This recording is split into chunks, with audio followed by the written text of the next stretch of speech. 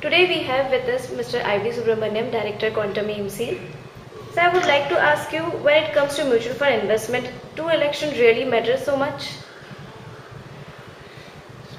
See, elections don't matter in the long run direction of the economy.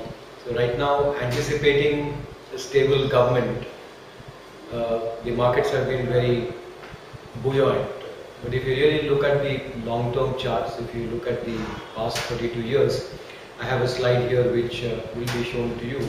You can see that we have had variety of elections and variety of governments. There have been some single-party governments and some have been coalition governments. But the average GDP growth continued at around 6.2%. So it doesn't matter, it is not important for us to anticipate and know precisely who will form the government. A strong government is good, but a coalition government is not necessarily bad.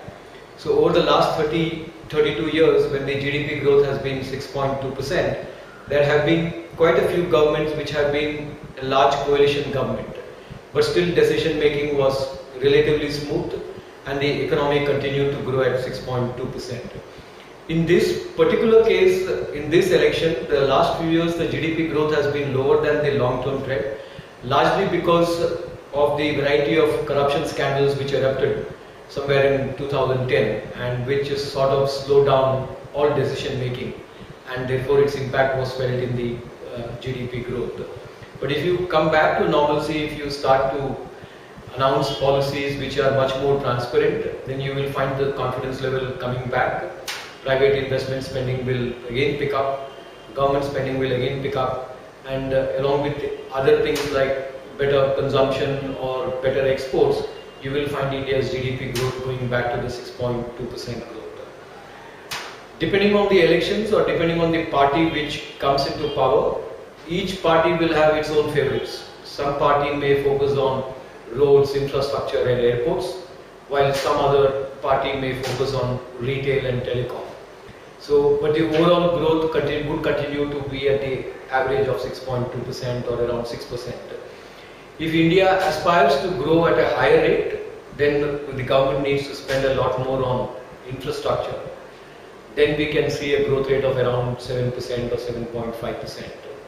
But bear in mind, just by announcing policies does not mean it would result in better earning numbers for the corporates which are in that field. The transmission, the time between the announcement of policies and the time it actually shows up as profits in the company's P&L account or balance sheet, there will be a time gap. And as an investor, as a mutual fund manager, one needs to identify which companies would benefit and which companies are being traded at attractive valuations. Then you can hope to make decent returns in the stock market. So to conclude, elections do not matter. Election results do not really influence as can be seen in the long-term chart, but continue to focus on good process-driven mutual funds when it comes to your investment.